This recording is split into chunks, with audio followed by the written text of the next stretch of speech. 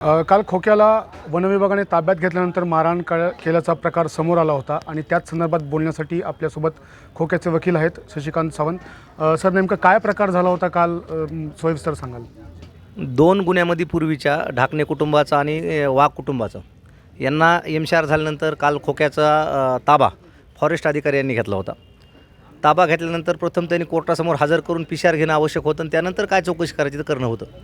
परंतु फॉरेस्ट अधिकारी श्री अमोलजी गरकळ यांनी ताब्यात घेतल्या त्यांच्या ऑफिसमध्ये त्याला मारहाण केली. जाणून बुजून या लोकांचे नाव घे, त्या लोकांचे नाव घे, यांना अडकव त्यांना अडकव असं म्हणून त्याच्यावर प्रेशराईज केलं.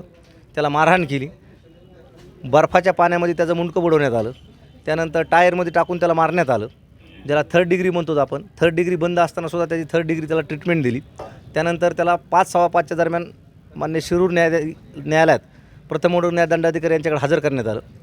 प्रथम जेव्हा कोर्ट तुम्हाला प्रश्न विचारतो किंवा अधिकाऱ्याबद्दल पोलिसाबद्दल काही तक्रार आहे का, तर त्यावेळेस त्यांनी मारहाणीची तक्रार दाखवली. त्याला जे ओळख झालेले होते, ओळखणं झाले होते अंगावर, त्याचे काही फोटो पण समाज माध्यमांवर व्हायरल झाले होते. स्वतः मान्य न्यायालयाने त्याच्या अंगावर असलेले वळणं बघितले.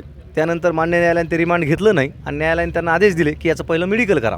त्याचं मेडिकल केलं. मेडिकलमध्ये त्याला मारहाण झाल्याचं निष्पन्न झालं. त्यानंतर त्यांनी जी वनाधिकाऱ्यांनी गरकळने जी PC मागितली होती 4 दिवसाची, तर एकही दिवसाचा मान्य न्यायालयाने PCR दिला नाही आणि डायरेक्ट त्याला एमशार केला. त्या दिवशी न्यायालयाने कोठडी सुनावली आणि फॉरेस्ट अधिकाऱ्यावर योग्य ती कारवाई करा, तुम्ही गुन्हा दाखल करा असे आदेश मान्य न्यायालयाने दिलेले. आता आज तो जो गुन्हा दाखल करण्यात येणार होता तो दाखल केला आहे का? म्हणजे रात्री आम्ही तसा जबाब दिलेला आहे. आज त्याच्यावर चौकशी करून मेडिकल उपलब्ध करून, म्हणजे जे दवाखान्यात मेडिकल झालेलं आहे ते मेडिकल उपलब्ध करून आज त्याच्यावर योग्य ती कारवाई करण्यात येईल. आणि आता पुढचं पाऊल नेमकं काय असणार तुमचं या मारहाणीनंतर? नाही, 100% कुठलाही आरोपी किती कुख्यात असला आणि कसा जरी असला, तो जोपर्यंत मान्य न्यायालय त्याला दोषी धरत नाही तोपर्यंत तो दोषी नसतो. मुळात जोपर्यंत मान्य न्यायालय त्याला कस्टडी देत नाही किंवा PCR देत नाही तोपर्यंत तुम्हाला मारहाण करण्याचा आणि चौकशी करण्याचा अधिकारच नाही ना.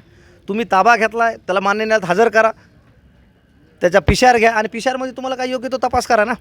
मारहाण करणे म्हणजे इल ट्रीटमेंट देणे, 3rd डिग्री देणे हा कायद्याने बंद आहे आता, मानवाधिकारच आता. त्यामुळे त्याच्या कायद्याचं उल्लंघन करून त्यांनी जो वापर केलेला आहे त्याचा परिणाम असा झाला की मान्य न्यायालयाने त्यांना आदेश दिले.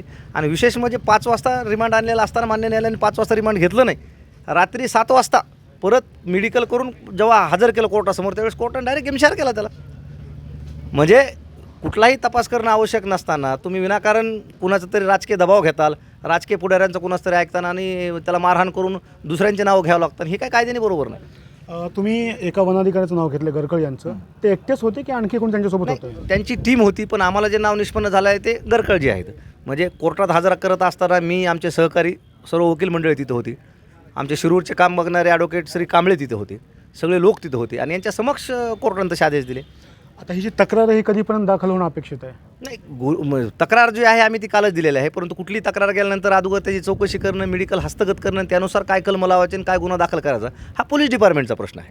परंतु जे रिपोर्ट आहे कोर्टाचा, त्या रिपोर्टमध्ये कोर्टाने मेन्शन केलेलं आहे किंवा तुमची जर तक्रार असेल यांच्या विरोधात तर तुम्ही तक्रार देऊ शकता आणि त्या अनुषंगाने आम्ही तक्रार दिलेली आहे. जो अहवाल आहे मेडिकलचा तो तुमच्या हाती पडलेला आहे का? नाही, आता काय असतं, कुठलाही मेडिकल पेपर हा कलेक्ट करण्याचा अधिकार हा पोलिसांना असतो. वकिलांचं काम फक्त कोर्टात आर्ग्यू करणं एवढ्या हद्दीपर्यंत असतं. किंवा फिर्यादीलासुद्धा म्हणजे खोक्यालासुद्धा तो रिपोर्ट पाहण्याचा अधिकार आत्ता नाही.